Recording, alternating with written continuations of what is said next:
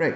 Now, one question which I thought came very interestingly कि can't का ये मानना कि क्या समस्त ज्ञान सिंथेटिक एप्राराय होना चाहिए और कांट का ये मानना कि समस्त ज्ञान अनुभव से आरंभ होता है और पर अनुभव से जस्टिफाई नहीं होता, ये स्टेटमेंट्स किस प्रकार के हैं?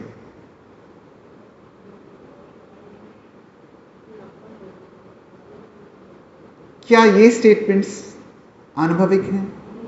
जाहिर है नहीं। क्या ये स्टेटमेंट्स अपने आप में एनालिटिक हैं? नहीं है। तो ये स्टेटमेंट्स क्या खुद सिंथेटिक एप्राराय हैं?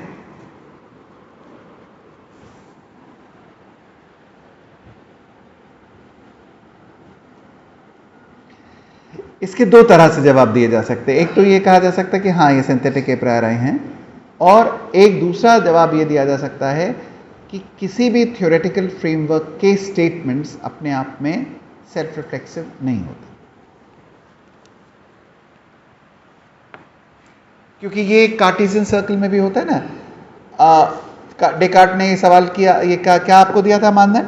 All knowledge is should be की क्या कंडीशन है? That it be clear, distinct and indubitable. Now this statement all knowledge must be clear, distinct and indubitable, क्या ये खुद भी क्लियर, डिस्टिंक्ट एंड इंडुबिटेबल है या नहीं है? क्या ये अपने ही मानदंड पर खरा उतारा जाएगा या नहीं माना जाएगा? तो कई लोगों ने कहा कि नहीं, ये तो वो सर्कुलर हो जाएगा फलाना। इंटरेस्टिंगली जब आप डेकार्ट को पढ़ते हैं तो डेकार्ट ये कहते हैं कि ये principle that knowledge is only that would be treated as knowledge which is clear, distinct and indubitable, ये स्टेटमेंट अपने आप में इसलिए ट्रू है क्योंकि गॉड वेरेशियस है, गॉड सत्यवादी है, और ये गॉड की सत्यवादिता या विश्वसनीयता पर आधारित है। और हे प्रभु, मैं आपको धन्यवाद देता हूं कि ये बात सच है। So the principles of logic and the principal that all knowledge will be that which is clear, distinct and indubitable. What is the foundation of this? The foundation of this is God's own veracity.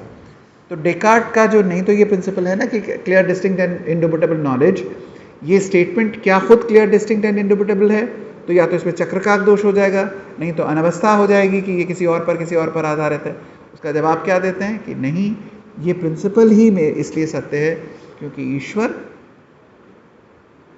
अपने आप में विश्वसनीय है। और ये वाली बात मैं सब बच्चों को इसलिए बताता हूँ क्योंकि ये उस बात को काउंटर करती है, ये बहुत सारी कॉम्प्लिकेशन जनरेट करती है, पर ये इस बात को काउंटर करती है कि वेस्टर्न फिलॉसफी लॉजिकल है और वो गॉड को नहीं मानती। ये दो जो बड़े, और मॉडर्निटी बिल्कुल नहीं मानती, गॉड को नहीं मानती और वो लॉजिकल है। ये जो दो बड़े आपके, बल्कि ये तीन बड़े फिलोसफर्स हैं मॉडर्निटी के पुरोधा, डेकार्ट, लाइबनीज और कांट। इनमें लाइबनीज तो जैसे मैंने आपसे कहा, वो अपने प्रिंसिपल ऑफ नॉन कॉन्ट्रडिक्शन और लॉजिकल लॉज को गॉड पर आधारित मानते हैं, और डेकार्ट अपने प्रिंसिपल ऑफ जो है ऑफ ट्रूथ का, उसकी वैलिडिटी केवल इस आधार पर मानते हैं कि वो ईश्वर पर आधारित है।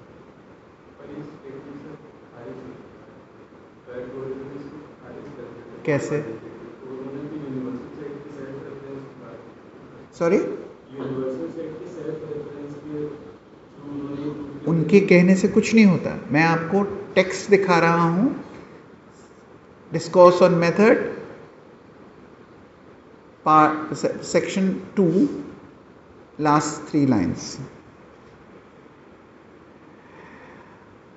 जो खारिज किया गया वो हम सब खारिज करते हैं, वो खारिज ये किया गया कि इसकी जरूरत नहीं थी। लेकिन अगर हम स्कॉलस्टिकली देखें तो वो खुद कैसे जस्टिफाई करेंगे? Justifying it through God. So there is no denial of God and no denial of Christian God by the rationalists of this time and by the moderns of that time.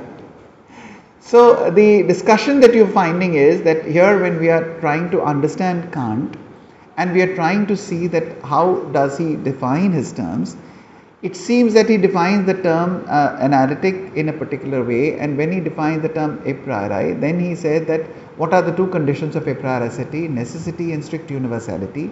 It seems that they are not two conditions but the same condition. Secondly, and more importantly, the reason why he said that they are a priori is saying that a priori can tell you why, experience can tell you what is the case, but it cannot tell you that it must be the case, and therefore a prioricity is what defines the necessity in this particular realm. But as I mentioned, it has to be very carefully understood कि क्या a priori आपको क्योंकि necessity का ज्ञान आपको अनुभव से नहीं हो सकता, इसलिए आपको वहाँ पर ए प्रायोरिसिटी मेंशन करनी पड़ेगी. तो मेरा मानना तो यह है कि कंटिजेंसी भी आपको अनुभव से नहीं पता चल सकती. कंटिजेंट ट्रूथ आपको अनुभव से प्राप्त हो सकता है, पर कंटिजेंसी ऑफ अ स्टेटमेंट तो आप कैसे लगाते हैं? आप बताइए, कैसे पता लगाते हैं कि कोई स्टेटमेंट कंटिजेंट है? आप ट्रूथ टेबल बनाते हैं. ट्रूथ टेबल बनाने में आपको कोई अनुभव की जरूरत होती है? नहीं होती. तो वो स्टेटमेंट नेसेसरी है या कंटिजेंट है, तो दोनों ही चीजें आपको ए प्रायोरि ही होती हैं.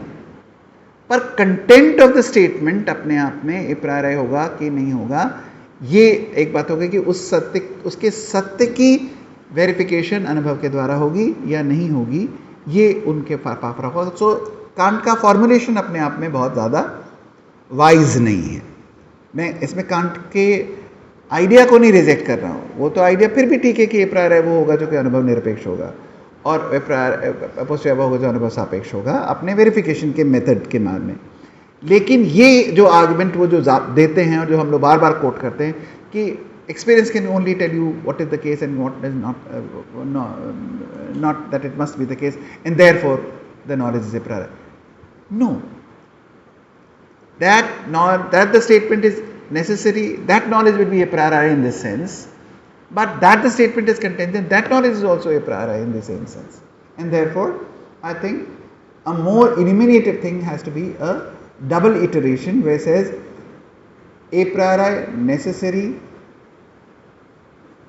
a priori truth, where necessity is known a priori and the truth is known a priori. A priori contingent, a posteriori truth. So where are you placing? क्योंकि कांट अगर नेसेसिटी की नॉलेज के लिए ए प्रायोरिसिटी का हवाला दे रहे हैं तो कंटिजेंसी के लिए भी वही है, वहाँ पे कोई फर्क नहीं है. और ये गलती कांट बहुत जगह करते हैं. जैसे परमानेंस ऑफ सब्सटेंस जो उनका इतनी बड़ी बात है, उनको परमानेंट सब्सटेंस की क्या जरूरत है? और वो परमानेंट सब्सटेंस वो अरिस्टोटल का और न्यूटन का और सबका मिला जुला कर वो एक 5 डेफिनेशन सब्सटेंस की मिला के करते थे. He doesn't need that. उनके लिए रिलेटिवली स्टेबल सब्सटेंस काफ़ी है, और रिलेटिवली स्टेबल सब्सटेंस के माध्यम से he could give a good explanation which he has done in case of the knower में तो वो कह ही रहे हैं कि आपको परमानेंट नोअर, कार्टेशियन नोअर नहीं चाहिए, और आपकी जो जिस तरह का नोअर की मैं बात कर रहा हूँ वो आपको स्ट्रीम ऑफ कॉन्शियसनेस के साथ भी कंसिस्टेंट है. So that is the kind of an account that he gives. So for today what we have done is that हमने पिछली क्लास में देखा कि कांट की 5 मुख्य प्रॉब्लम्स क्या थी. फिर हमने आज की क्लास में ये देखा कि कांट किस तरीके से एनालिटिक सिंथेटिक डिस्टिंक्शन ड्रॉ करते हैं. फिर हमने ये देखा कि एनालिटिक सिंथेटिक डिस्टिंक्शन अपने आप में जजमेंट्स का डिस्टिंक्शन है. ये डिस्टिंक्शन अपने आप में अनिवार्य और प्रागानुभविक, तथ्यात्मक, अतथ्यात्मक इन प्रकार के वर्गीकरणों से भी जुड़ा हुआ है. कांट मुख्य रूप से एक ऐसे ज्ञान की संकल्पना करना चाह रहे हैं जिसके अंतर्गत अनुभव से आरंभ तो हो, लेकिन उसके अंतर्गत सारा ज्ञान केवल अनुभव के द्वारा आधार नहीं प्राप्त करता, और उसके अंदर वो कैटेगरीज ऑफ अंडरस्टैंडिंग की बात करें. नेक्स्ट क्लास में जो हम लोग डिस्कस करेंगे वो कांट का एक बड़ा इंपॉर्टेंट, इस पर बहुत सारा डिस्कशन है. There is a book I think which I think you if you would be जिसके बिगिनिंग में जो एनालिटिसिटी पे ही है. This is a very old book. ये एनालिटिसिटी पे है, हैरिस की किताब. इसके अंदर सारे वो आर्टिकल्स भी हैं जो हम लोग अभी भी देखते हैं कि मॉर्टन वाइट का भी है, क्वाइन का भी है, जिसमें एनालिटिसिटी के नोशन को लिया गया. स्ट्रेनली क्योंकि एक पुरानी किताब है, इसमें क्रिप्के के बाद का नहीं है. क्रिप्के का 1980s में से ये डिस्कशन शुरू हो गया, और उसके बाद फिर से आप देखते हैं वो डिस्कशन जिसमें पटनम और डेविडसन और सब लोग आ जाते हैं. एंड इट्स इंटरेस्टिंग कि जब क्रिप्केम ने आर्टिकल लिखा था उससे 4-5 साल पहले हम लोगों के ही हिंदुस्तान के एक बहुत बड़े टीचर थे जो हम लोग उनको बहुत इंपॉर्टेंट मानते हैं, प्रोफेसर पी.के. सेन, उन्होंने भी वो बात कही थी, but he did not develop it so far, but so it's generally credited to Saul Kripke that he once again made a distinction between metaphysical necessity, epistemic modalities of a priori and a posteriori, syntactical distinctions and cognitive distinctions between factual and non-factual, and insisted कि आप एक से दूसरे को जब derive करते हैं, तो जैसे लॉजिकल पॉजिटिविस्ट बार बार कहते हैं ना, all a priori statements are necessary and all a priori statements are posteriori statements are contingent, तो उनका ये कहना है कि ये आप मान के नहीं चल सकते, you will have to give a reason क्यों ए प्रायरी स्टेटमेंट्स जो हैं वो नेसेसरी होंगे या क्यों नेसेसरी स्टेटमेंट्स ए प्रायरी होंगे। जैसे एक तो मैंने खारिज करा आपको कि ए प्रायरी स्टेटमेंट्स और नेसेसरी स्टेटमेंट्स ए प्रायरी होंगे, कांट ये कह रहे हैं क्योंकि आपको ये चीज़ कहनी है कि क्या चीज़ है आपका कंटेंट। दूसरी बात ये कह रही है कि सारे अनिवार्य कथन अपने आप में प्रागानुभाविक होंगे, क्यों?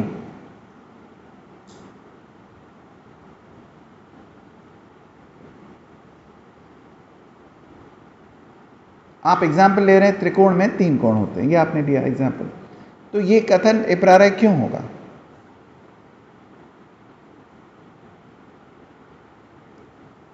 इसके लिए आप ये रीज़न दे रहे होंगे कि क्योंकि ये केवल शब्दों के पारस्परिक संबंधों के बारे में है और शब्दों के पारस्परिक संबंध जानने के लिए हमको अनुभव की आवश्यकता नहीं है। लेकिन आपको याद है कि अरिस्टोटल, लाइबनीज और बहुत सारे पुराने दार्शनिक जो थे वो ये मानते थे कि अनिवार्यताएं प्रकृति में होती हैं। देयर आर थिंग्स, और आपने अब इंडियन फिलॉसफी का भी जैसे मेंशन हम लोग जब करते हैं तो थिंग्स हैव एसेंसेस, वस्तुओं के कुछ स्वभावगत गुण होते हैं और कुछ उनके आकस्मिक गुण होते हैं। अब ये गुण स्वभावगत और आकस्मिक होते हैं, तो जो स्वभावगत गुण हैं वो उनका विवरण देने वाला कथन अपने आप में अनिवार्य होगा कि नहीं होगा? तो प्रकृति में अनिवार्यताएं होती हैं और अनिवार्य कथन की अनिवार्यता प्रकृति के कारण होती है।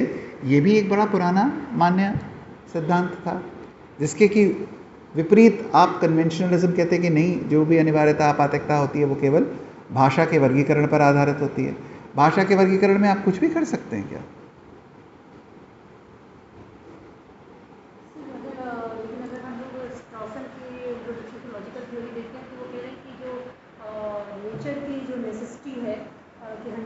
आप गर्म करेंगे तो पानी खौलने लगेगा, इसको आप सर्टेन कह सकते हैं, ऑलमोस्ट सर्टेन कह सकते हैं, पर ये लॉजिकल नेसेसिटी को बिल्कुल टच नहीं करता। बिल्कुल नहीं करता।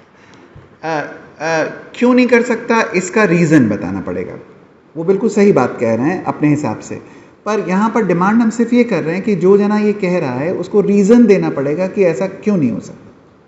उसके लिए जो रीज़न है उनका वो यही है कि जो statement about matter of facts हैं वो उनकी नेसेसिटी को आपको इस्टेब्लिश करने के लिए either you have to go for the principle uniformity of nature, या फिर दूसरा कि future resembles to the past. हाँ, और ये दोनों ही प्रिंसिपल जो हैं ना तो एम्पिरिकली हम वहाँ तक पहुँच सकते हैं और ना ही अगर हम उसको पहले से मान लेते हैं तो putting the cart before the horse. So exactly, so here is what Professor Rajni has told us is that there is a good reason given by Strawson saying that these statements of empirical connections are always such that there is a possibility of their being subject to future falsification, while and therefore they cannot be held as necessary.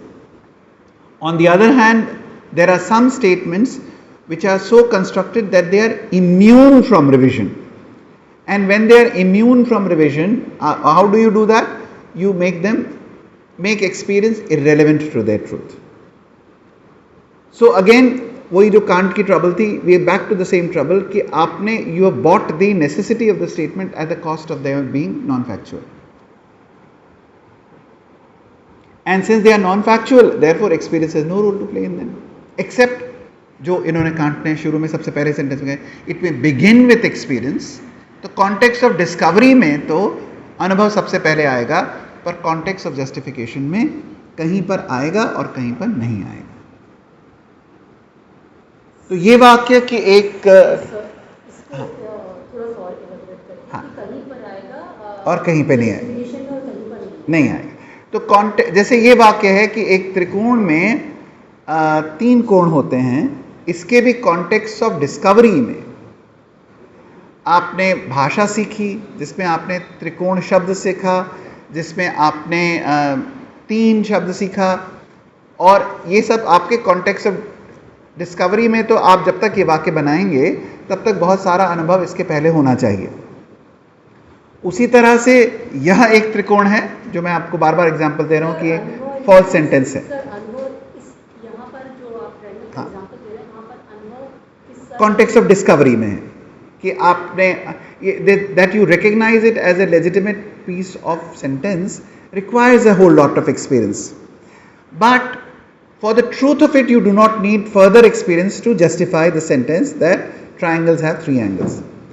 Similarly, in the case that this is a triangle, again a false sentence, you require language which requires your multiple experiences, but it requires a further experience to confirm or disconfirm that. So in what is being said is that जो क्यों ये बार बार बात आ रही है, see the context of it is an immediate context.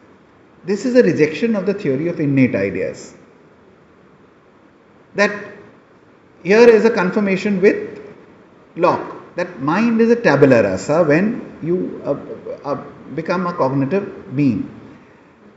अब experience से सब कुछ आ रहा है आपका, लेकिन कुछ वाक्य ऐसे जो एक्सपीरियंस पर आधारित हैं और आगे उनका सत्य असत्य अन्य एक्सपीरियंस पर निर्भर करता है।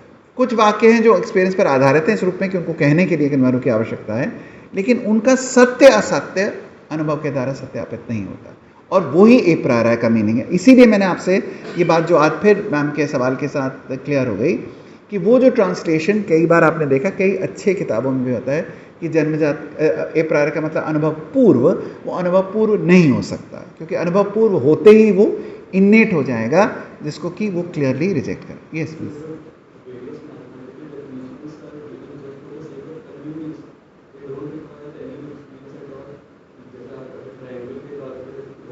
Right.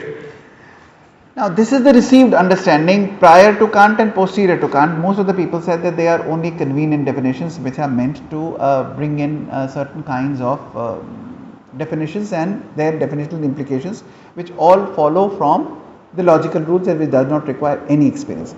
Interestingly, as I mentioned today, and which I will come again and again, Kant is not giving this explanation. He says even for arithmetical knowledge you require counting 1 2 3 4 5 6। तो आप बीड से काउंट कर रहे हैं या उंगलियों से काउंट कर रहे हैं जैसे आपको बचपन में सिखाया गया। What does it require? Time. So without time you can not have arithmetical knowledge. Without intuition of space you cannot have knowledge of geometry, and these are provided by the a priori function of the category of understanding and the a priori forms of sensibility. And here again you see, these are not cases of a priori knowledge. Here we are talking about the a priori contribution is knowledge.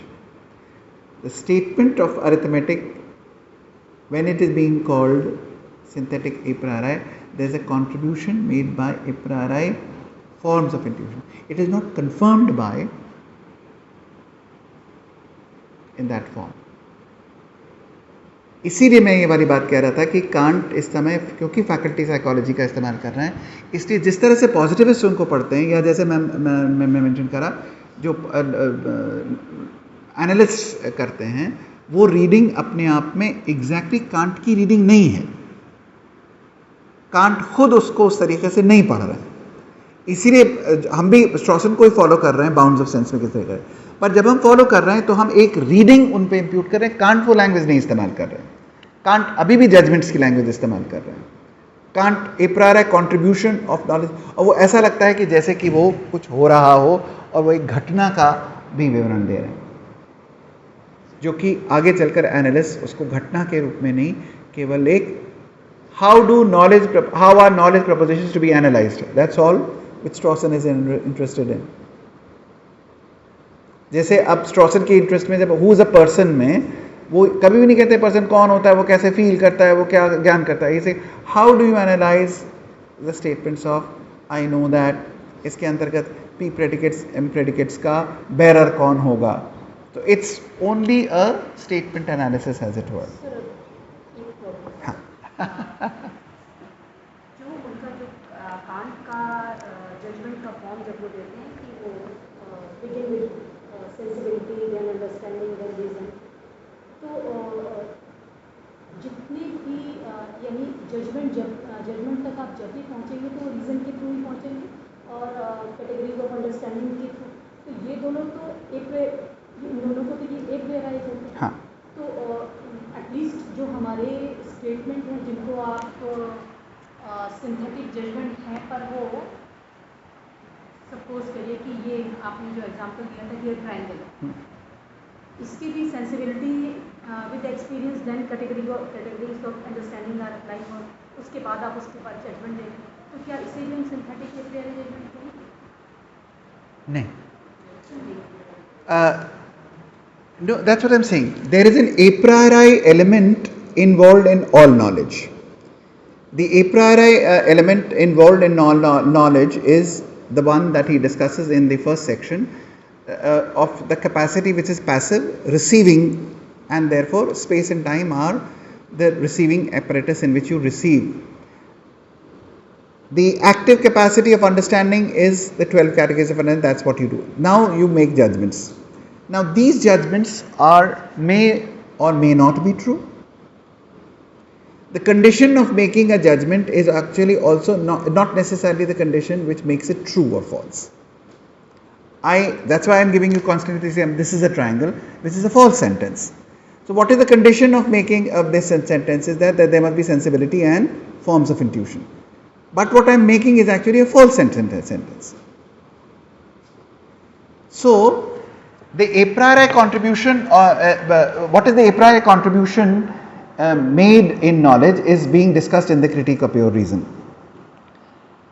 Or an analytic statement will be a priori and necessary according to most other people. So you have given the definition of a priori as strict universality and necessity. Yeah, this is concept. So Kant is saying that how do you identify something as a priori? Then he said that with are such are a priori. So the categories of understanding are a priori in the sense that they are universal and strictly universal. You can have no knowledge without the categories of understanding and without the forms of intuition. And when these categories apply to contingent facts, sensibility, then you can have both kinds of things. See, the point is, this is the very condition of your knowing. No, Rajni, you are making a very, very strong demand. You are saying that the condition of knowing, any analysis of the condition of knowing must also guarantee the truth of the statement. सिर्फ इतना कह रहे हैं कि अगर synthetic facts के ऊपर a priori categories of understanding apply होती है, तो इसमें भी अगर ये ए प्रायरी मतलब इसका फॉर्म अगर ए प्रायरी है और रीजन के थ्रू हमने से एक जजमेंट दिया है, तो इसमें ए प्रायरी कंसेप्ट क्यों नहीं है? तो फिर ये यूनिवर्सल और नेसेसरी क्यों नहीं? Right. Oh. Again, take the example. This is a triangle. इसमें हमने ये हम वाक्य ही नहीं बना, ये वाक्य हम बना ही नहीं सकते जब तक कि हम स्पेस टाइम कॉजालिटी और इन सबको इस्तेमाल न करें, तब तक हम ये वाक्य नहीं बनाते. पर ये वाक्य असत्य है. बिल्कुल असत्य, वो तो मतलब ये तो हम जानते हैं असत्य. ठीक है, पर कांट की टर्मिनोलॉजी में ये असत्य क्यों होगा? ये no, because he is giving you the conditions of knowing, and you are wanting that a condition of knowing must also guarantee the truth of the statement. Not all statements which we know are true.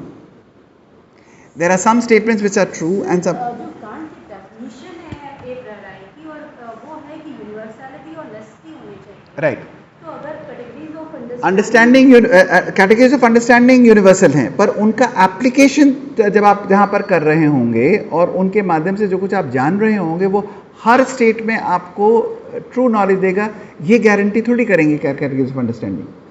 वो ये कह रहे हैं कि जो see what is the problem, आप जैसे आप know Rajni no wait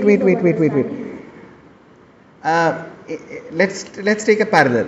Whatever is knowable is nameable, and whatever is nameable is knowable according to the Nyaya. But from that, are all claims of my knowing true? Sir, but neither knowing nor naming in Nyaya claims that it must be true. Same here. He is giving you only the conditions of knowing.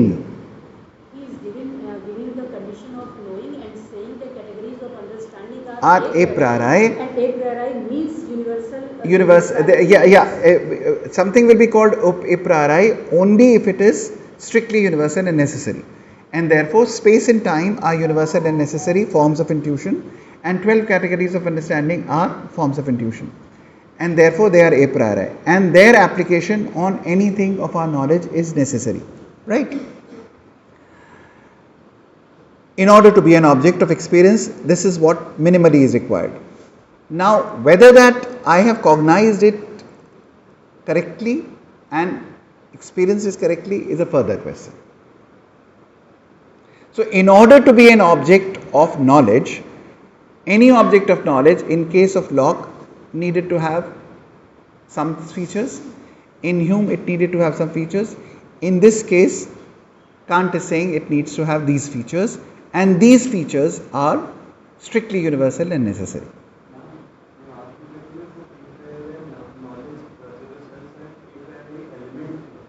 हाँ नहीं, पर वो ठीक कह रही हैं, वो एक सवाल ये कर रही हैं कि अगर सभी चीज़ों में ये प्रायः एलिमेंट है जो कि एक तरह से यूनिवर्सल और नेसेसरी है, तो फिर इसके एलिमेंट के एप्लीकेशन भर से ही वो ट्रू क्यों नहीं हो जाता? तो आपको ट्रूथ ऑफ अ स्टेटमेंट की कंडीशन और स्टेटमेंट के कॉग्निटिव होने की कंडीशन को सेपरेट करना पड़ रहा है। और यहां पर ये कह रहे हैं कि कॉग्निटिवली, क्योंकि देखिए यही तो आगे डिस्कशन है, कॉग्निटिवली मीनिंगफुल स्टेटमेंट की कंडीशन अपने आप में वेरिफिकेशन थ्योरी में चली जा रही है, और वहां पर भी हम लोग ये देख रहे हैं कि ट्रूथ की थ्योरी अपने आप में मीनिंगफुलनेस की थ्योरी के साथ इंटीग्रली रिलेटेड है, but every meaningful statement will not become true. Here also it is being said that in order that any statement is supposed to be cognitively meaningful, or cognitively, because he is not using the language of meaning, to be cognitively significant, it must exhibit these features, that it must have the elements provided by experience, and it must have these general features of